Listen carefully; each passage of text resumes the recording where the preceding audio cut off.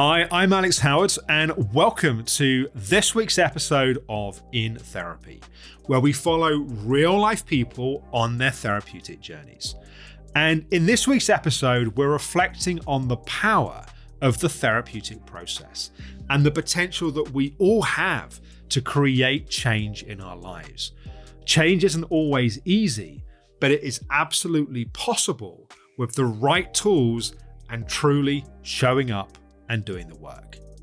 If you haven't already, please like, subscribe, click the bell icon to be notified as new episodes are released, and do follow my Instagram at Alex Howard Therapy for daily inspiration and support.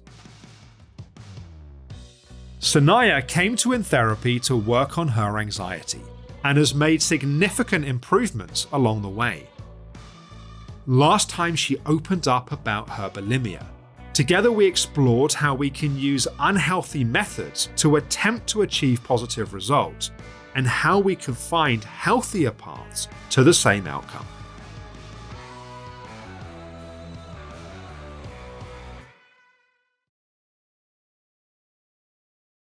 Well, Sanaya, it's very nice to see you. How have you been doing? I've been good, I think.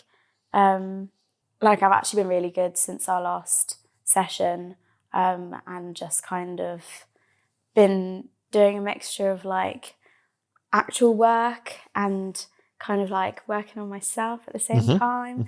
And it's been really good actually. And I keep thinking the past month or so, I keep thinking, oh yeah, I'll bring that up in therapy. And actually today I've just completely forgotten everything. And to be honest, I think it's just because I had a problem, I dealt with it, and it's kind of worked out for me. It's something in the past and I've clearly forgotten about it now. So yeah, it's actually been a really good couple of months. I'm really pleased to hear it. Yeah. Well, you can leave, thank you. Yeah, there's no point in being here. What do you put the fat things have been really good down to? I'm curious if there's anything, because last time I saw you, you'd had a bit of a bumpy time. Overall, there were lots of positive things, like the anxiety was much calmer and so on, but the bulimia had been a bit more tricky. And so it sounds like you've been on quite a different track. And I'm interested of either how you've approached things differently, or circumstances being different, or thinking differently. What you think's behind it? I think it's just been a mixture of different things. I think your exercises I did use at the beginning and they really helped. And then it's kind of just been the fact that I've been busy. Oh, I got a job. Yeah. Ooh, yeah, I know. okay. So I got a job, an internship, which I start in August. Tell me about it. Yeah. So it's basically a 3-month internship. It's at this production company, and I do 1 month in books development, and then 1 month in talent management, and then another month in production. Wow. So it came out of the blue. It's in factual, or it's in it's scripted. Oh, wow. And that's what you wanted to do as well. mainly dramas as well, which is exactly what I wanted. That's what you said you wanted. Yeah.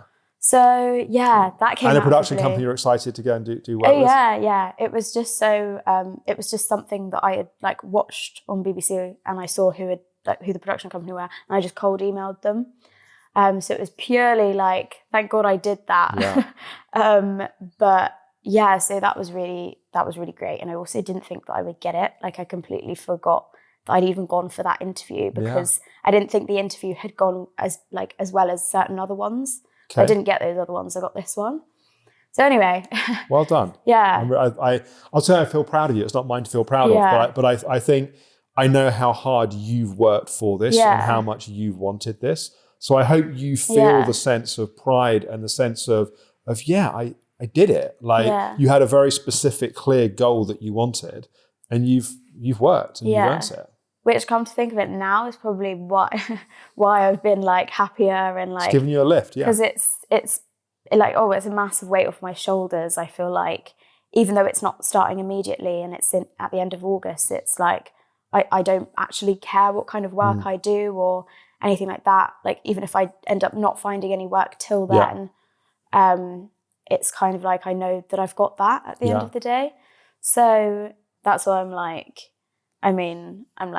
very content at the moment with like where I am, and when did you find out that you got the internship? It must have been like the week after I saw you, because I don't know why I wouldn't have told you, because it must have been. No, you definitely hadn't happened before I saw you. Yeah. So it was. I had been waiting for 2 jobs to get back to me that had said they would get back to me within a week, and it had been 5 weeks. And I think that's when I last saw you. Yeah. I was like, kind of like getting anxious about this one job, and actually I found out I didn't get that job that morning, and then in the afternoon I found out I'd got this job. So it was like crying, and then it was like, oh my gosh. Life is so funny like that. Yeah, right? exactly. So it was just like, and it was just funny because I had completely forgotten about it as well. But I feel like that's just how it goes, really. It really is sometimes. And how has your anxiety been since I saw you? Yeah, it's been a lot better, I think. Haven't really had any really anxious moments. And I've kind of been still like making myself, I think there's like a couple days where I hadn't gone to the gym and I hadn't been working. It's kind of like that in between of I had just finished work and I had been like sleeping and hadn't just got back into a routine of doing stuff again. And I like felt a little bit anxious, but it was like nothing really. And and I've had stages where I've like forgotten to do like my meditation, or not forgotten, just been lazy about it and things like that. And I have felt like there is a difference, but I wouldn't say it's like anything like crippling anxiety or anything that I like couldn't manage from like the ways that we've discussed before. And in terms of feeling anxious, and the way of coping is like making myself throw up, I've just kind of, since we last spoke, that's not been a thing at all. Wow. Well done. I think what it really was actually just speaking about it. Well, I thought it was a very brave thing to bring it out the way you did. So I think that is what really helped, was just speaking to you about it, and kind of, if I did feel the urge, it would be like, I kind of like, you've given me tools to deal with this. Like there is other options that I can take. Whereas before I wouldn't even think about it. It would just be an instant reaction. It was like an automated pattern in a sense. So that hasn't happened like since way before we spoke last. So that's really good. You must feel good about that as well. Yeah. Like I'm really pleased. And in terms of like my eating patterns and like habits and like exercise and things like that, I feel like I've gotten back into like a really healthy routine, and not just like being unhealthy basically.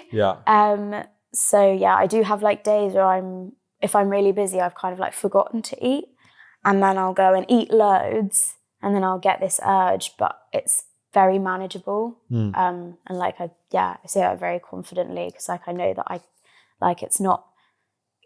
It's definitely manageable, and I mean, I think that awareness is key, that when you get the urge, that you recognize that you've got choices. And as you say before, I think the problem was you'd get the urge and then you'd make yourself sick. And then there would be a sort of ripples that would come from that of frustration, annoyance at yourself, but kind of feeling stuck. And whereas now it's the recognition that if you go down that path, you know how that's going to make you feel, but also you have other tools and other strategies. Yeah, exactly. And I think so for the beginning of after I saw you, I was using the stop process a lot, and that was helping like manage my anxiety and things like that. But also when I was getting anxious, I kind of like stopped for a moment and like, like the way to deal with this isn't to make myself throw up. Like let me kind of like really think about it. And so that's been really helpful in watching like your videos back, and kind of, because I'd watched them before as a way of dealing with anxiety, and I think I just needed to refresh it. I think even though I knew what you were saying and I still remembered what you were saying, I just needed that kind of like, it was kind of like a motivation for me to watch it.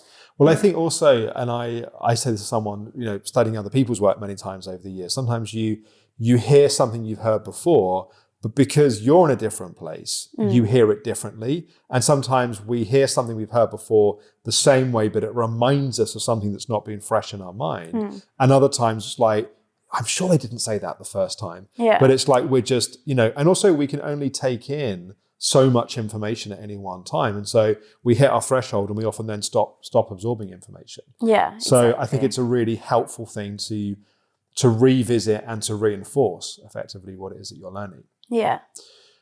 Where have been, if anywhere, have been the challenges since I last saw you? Like the places where it's felt a bit more sticky, a bit more, and it sounds like what you're saying earlier, that there's been a few of those, but then you've been able to kind of self-correct and go, actually, what I need. Is there anything like that will be helpful for us to talk about? Yeah, I think it's just moments of, because one of the videos I watched was like the inner critic. I think there's still moments where I do feel like I criticize myself for no reason. And like I've noticed that, I feel like I've noticed that more since our last session, just because my focus hasn't solely been on my anxiety and like whatever. Yeah. It's been kind of like on me in general. So yeah, like when I watched the inner critic video and I was just like, there are moments where it can just be a random morning and I'm just super critical of myself. And like, even when I was at work and working, it would just be like, I have like a very quiet day. And even the people around me were like, oh, what's happened? Like, you're right. And I'm like, oh no, I'm fine. Like, I'm just getting on with the work that I have to do. Like, I don't know. What's the general essence of those thoughts? Like when you're beating yourself up, I guess what I'm asking is, what's the content of the attacks of what you're saying to yourself? When you think about one of those perhaps one of those mornings where you sort of woke up and sort of giving yourself a hard time, what were you actually saying to yourself? It's just, I think it's like, just like forcing myself to be in a good mood, and like, you don't want people to think like you're boring or like you're like super quiet or you're shy or anything like that. So it's like, as soon as people have made comments like, oh, what's wrong? I'm like, oh my God, there's something wrong. And I'm like, okay, I have to overcompensate and be like, try and like make a joke or something. So I think it's kind of like my confidence of like what people think of me, and like, just my confidence in general about how I am as I don't want people to think that I'm a certain way. So there's feeling quiet, and then someone makes a comment and then you beat yourself up for that. But it sounds like sometimes the feeling quiet is also because you're already giving yourself a hard time, and that is what makes you feel quiet. Is that right? Yeah, I think so. So in that instance, so let's say like you wake up one morning and it's a morning where you're being quiet. What would you have been saying to yourself that made you feel quiet? Like kind of, because it sounds like that quiet is almost a little bit feeling a bit shut down and a bit kind of self defense, like a bit kind of defended to the world in a sense. What would be some of the things that you would criticize yourself for?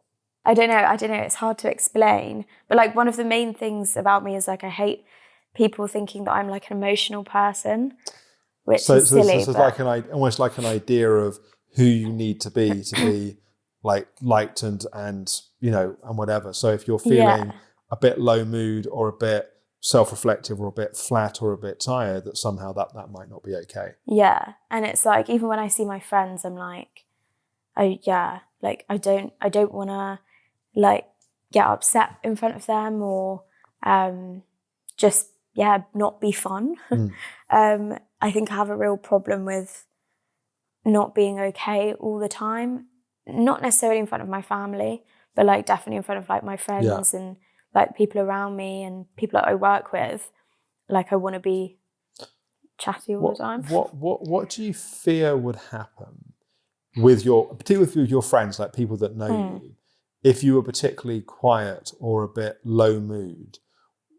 How do you fear they might respond to that?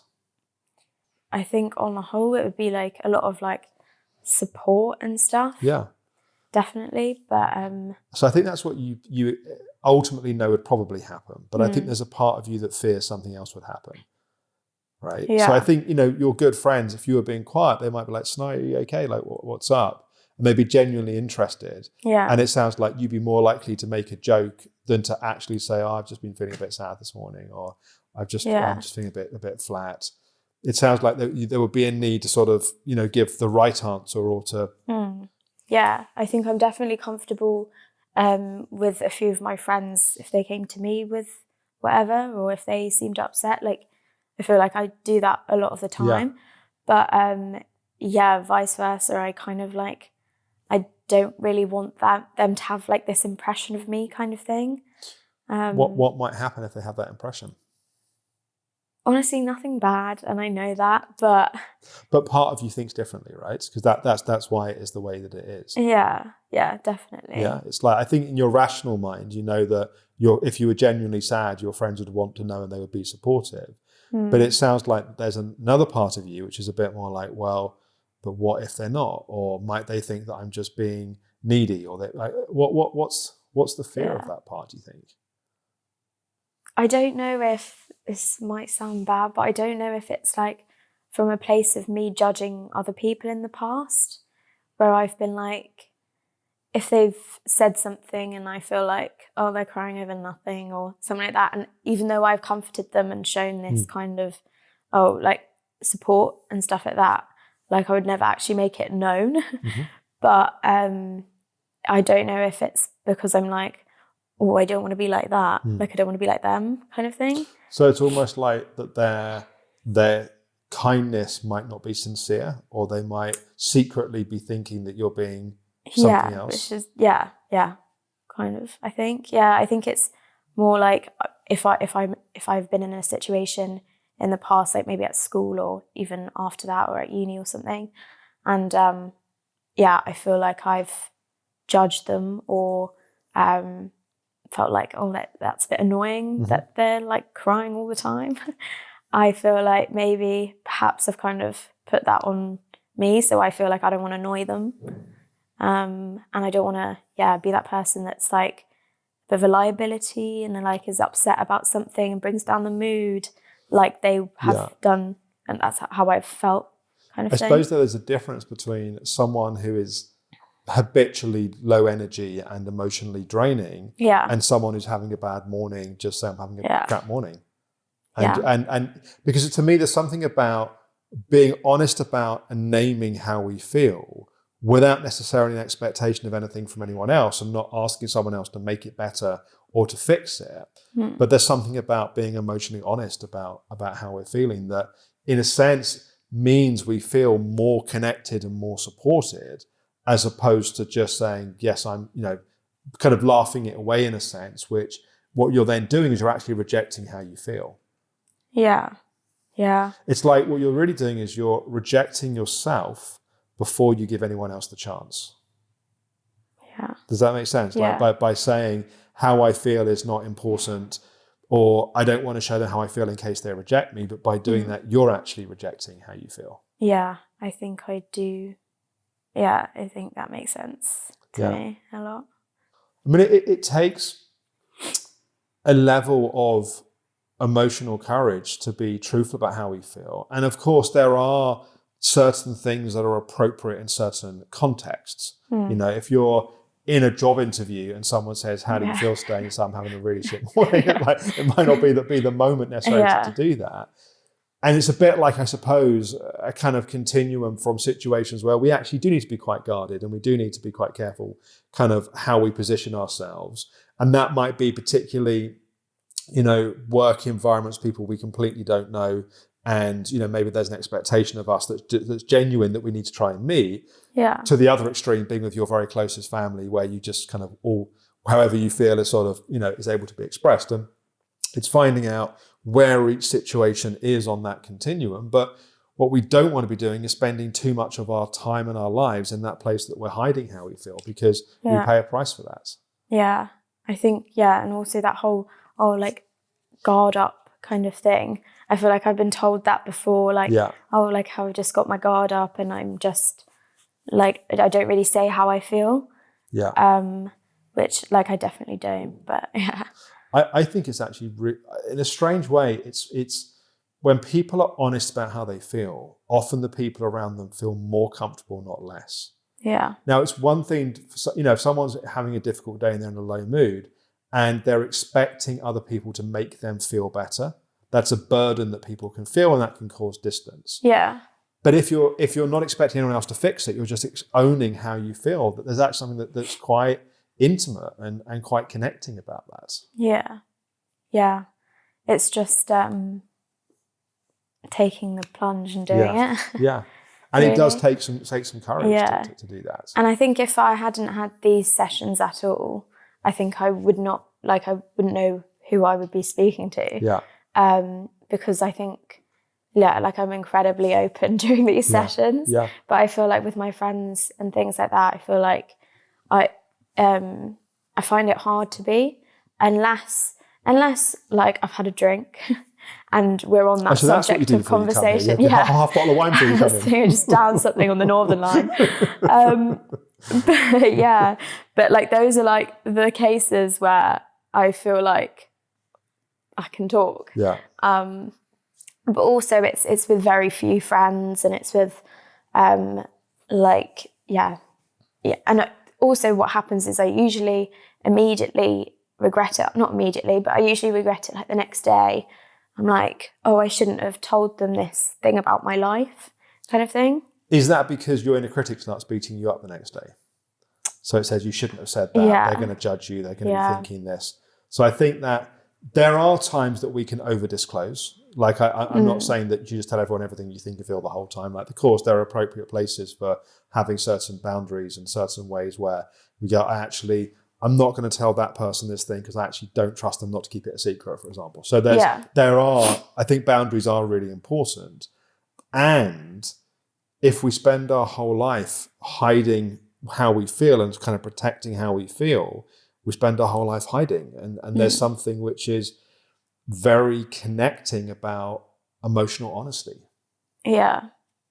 But really, I suppose my challenge to you and my invitation to you is that being braver about how you feel emotionally, in a sense, it's a self-fulfilling prophecy, because the more that you do it, the more people respond in a positive way, the more you actually feel closer to people and more supported by people, the easier it then becomes to do it. Yeah. I feel like it's also I feel like with my eating thing, one way of coping was, I'll just kind of exercise this feeling off. Yeah. And I feel like that did work for a while. That was one of the ways that I was coping with anxiety and things like that, was to exercise it off. But I think what obviously really helped, as I said, was me talking about it. Yeah. So I know that I do need to talk more. I can't just go to the gym and hope that I can burn it off, burn this feeling off. But I do know the benefits of just saying something and then in a way, I know that it's kind of not just on my chest anymore. It's not just on me. I've spoken to someone and I can hold myself a bit more accountable. Yeah.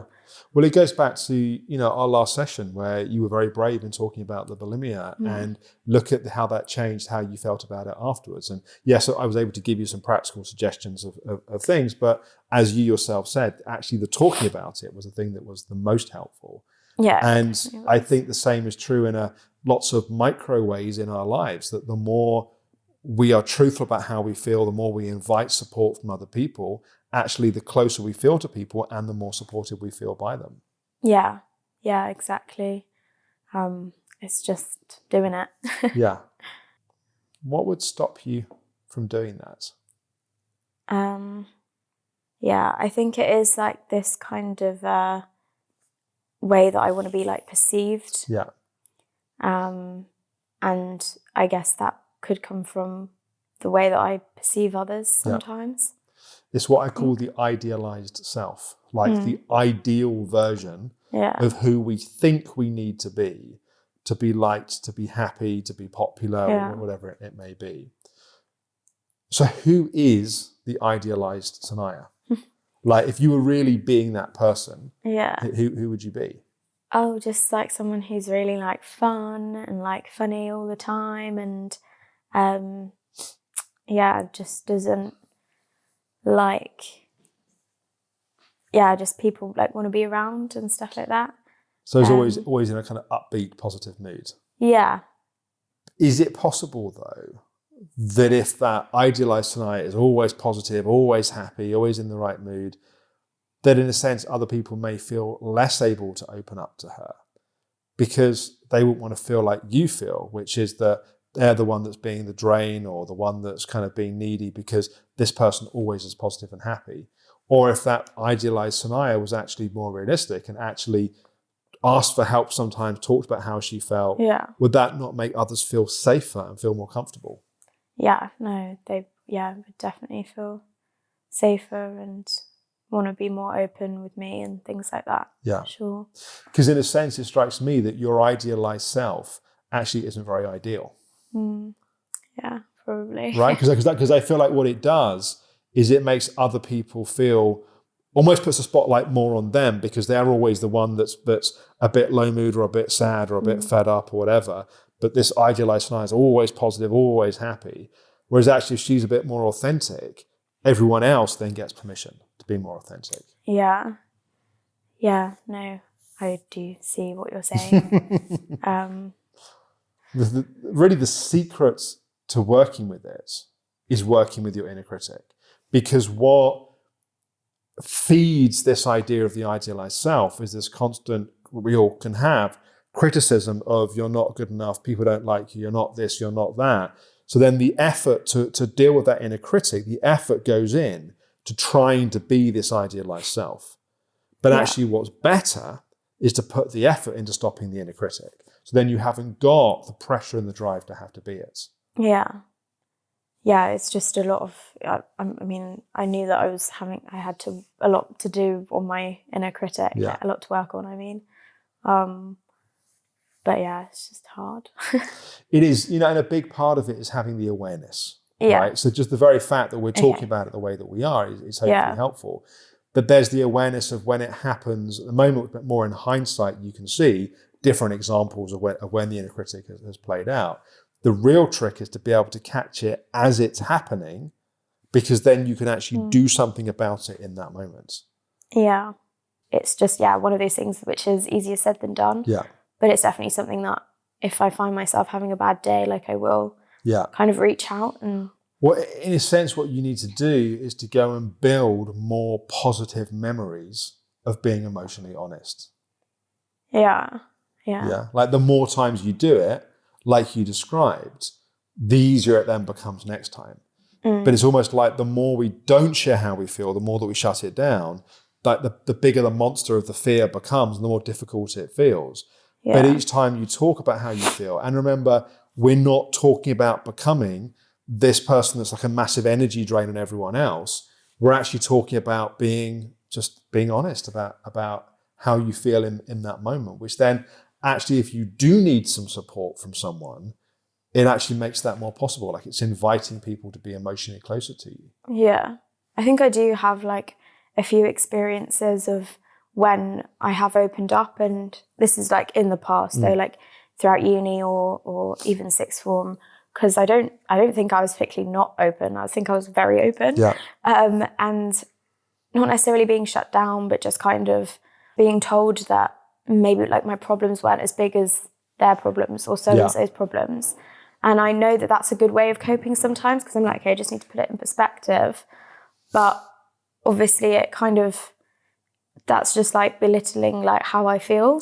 Yeah, it's not about having bigger or smaller problems or someone else as being more important. It's about being emotionally honest about how you feel, not with everyone and not in every moment, but more of the time. Yeah, I do. And I do know that with the friends the ones that I would go and talk to, I would never get any reaction like I have had before. And they would never shut it down or anything like that. So I do know that, but I guess could be just because I haven't had the best experiences in the past. And then I have thought, oh God, like they must think I'm so annoying and like... But again, I think that's your inner critic, right? Your inner critic story about what people thought in the past, what people might think now, what they're going to think in the future. But if you do open up to someone and they reject you in that, or each time you share how you feel, they're sort of disinterested, I would say it's probably quite important information about that person, about that friendship. Yeah. Right? True. Yeah. Like at the end of the day, having friends is about having people that you can be yourself with. And if being yourself causes a divide, then that's important to know. Yeah. Because there's a lot of work trying to be someone else. Yeah. So I would really encourage you in the coming few weeks to go and like reality test this.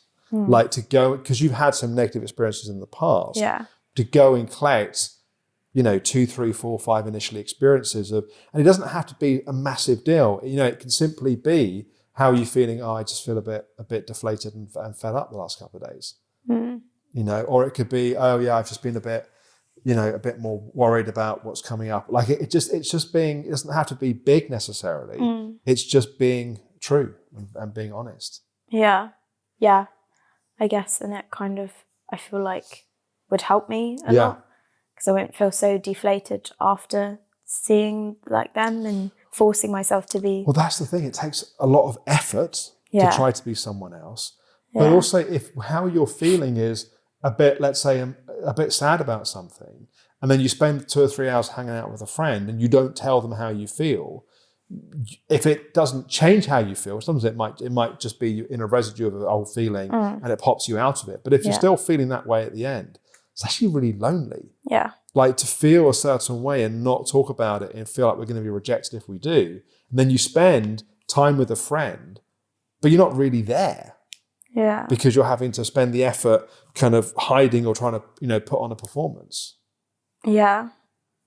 Yeah. And I think it does boil down to like this fear of like, being rejected or something. But I know that won't happen, but it is still there. So it's something it won't happen in your mind. Yeah.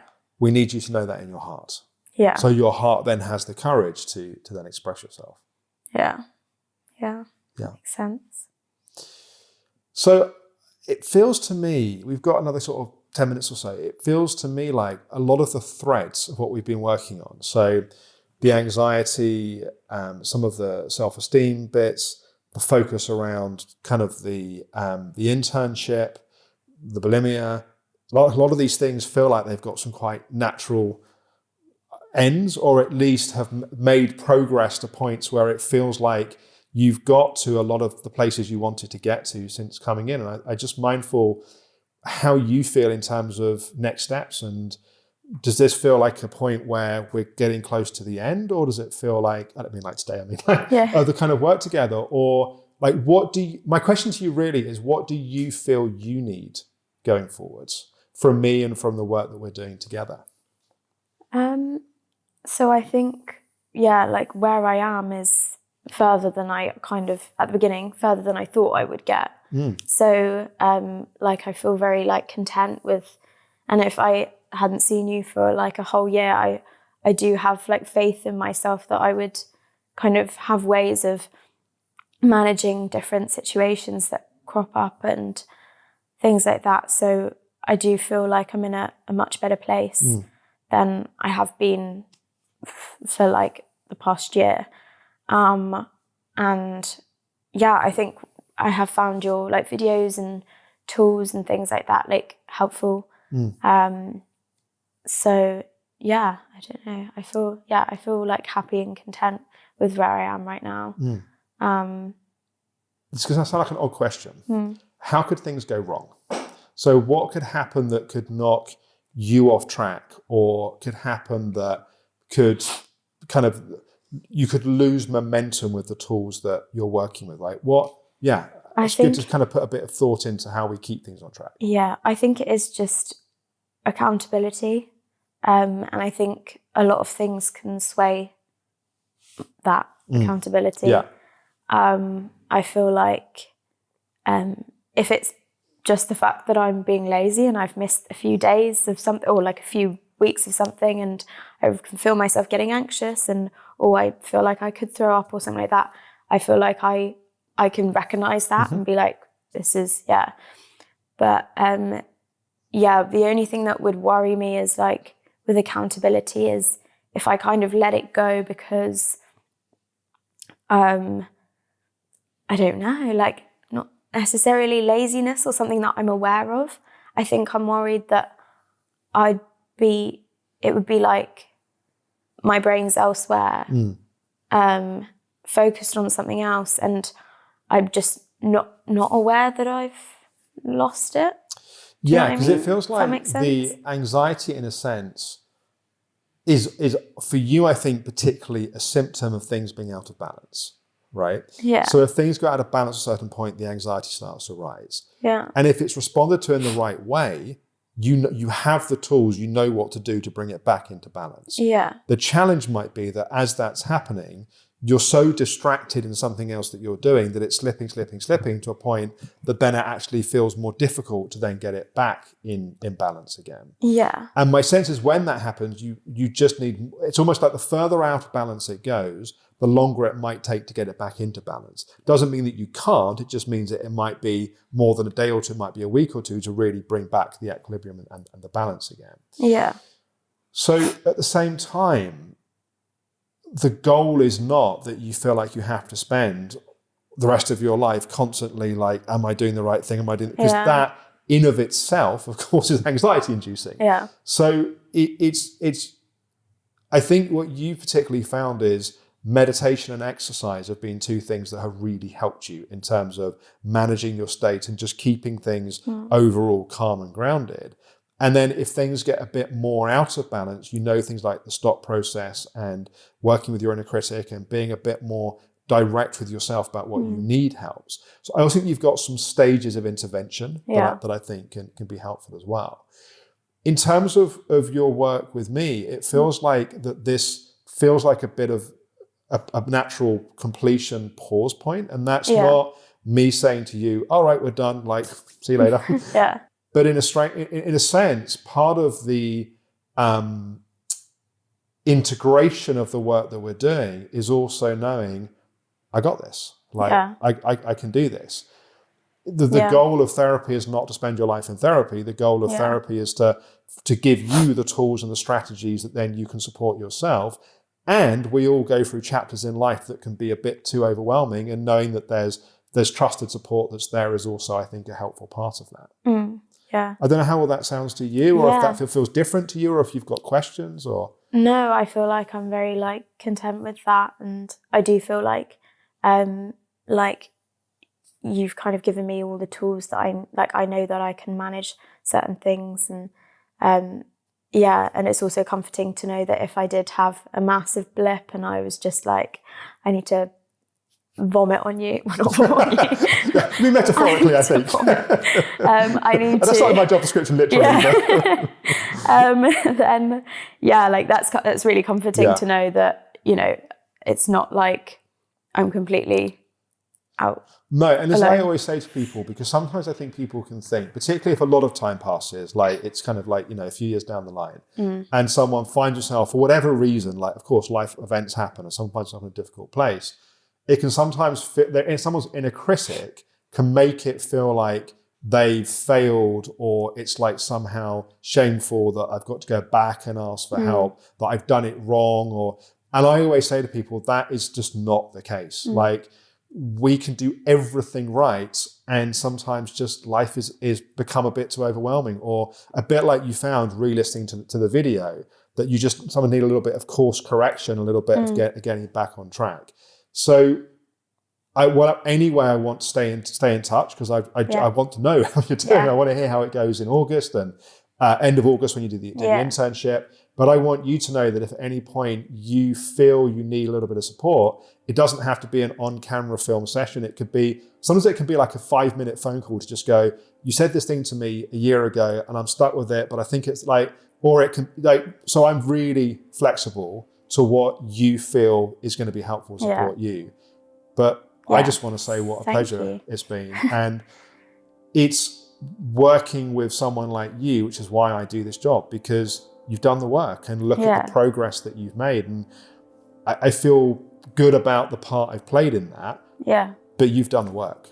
Yeah. So well done. Thank you so much. It's actually been so helpful. I genuinely didn't think that I would kind of get to this stage. It's happy tears. Yeah. But I'm just, I'm really content with where I am now. So honestly, like thinking back to our first session, I'm like, oh my God, like, yeah, it's kind of crazy, like how much it has helped me. So yeah, thanks. Well, I also think particularly back to, I think it was our second session where we really got into talking about the anxiety. And I know that was really difficult for me because it made it, in a sense, it made it real, the fact that we talked about it. Yeah, I know. I watched that the other day and I was like, oh God, like, I feel like I'm in like such a different place. I feel like who I was then and the stuff that I was talking about, it wouldn't even kind of affect me now the way that it really did. So yeah, it's really like kind of wow to see.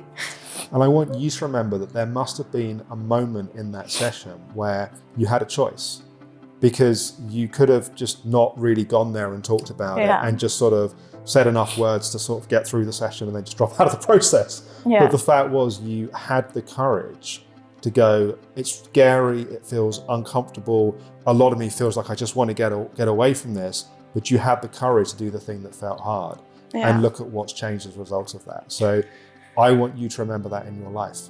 I want you to remember to be brave and to do the things that feel difficult, but do them because that's how you grow and that's how the things in your life that matter to you become possible. Yeah, so thank you very much. It has been very eye-opening. Good. Need tissue now. I feel like the person I was is completely different to who I am now. I basically just overcome the impossible, essentially. It does kind of prove to me that, like, what I can do with the right tools and with therapy and with a little bit of guidance and help. And yeah, I'm really grateful to Alex and his team for that and what In Therapy has given me. From here onwards, it's just super helpful having those tools in place, because I know that if another anxious moment comes, like, I know exactly how to deal with it. My future's looking like happy. I'm feeling a lot more positive about things. And yeah, it's just been such a positive process for me. It's gotten me to a place that I never thought, even just a year ago, I would ever be here. So yeah, it's been such a positive process.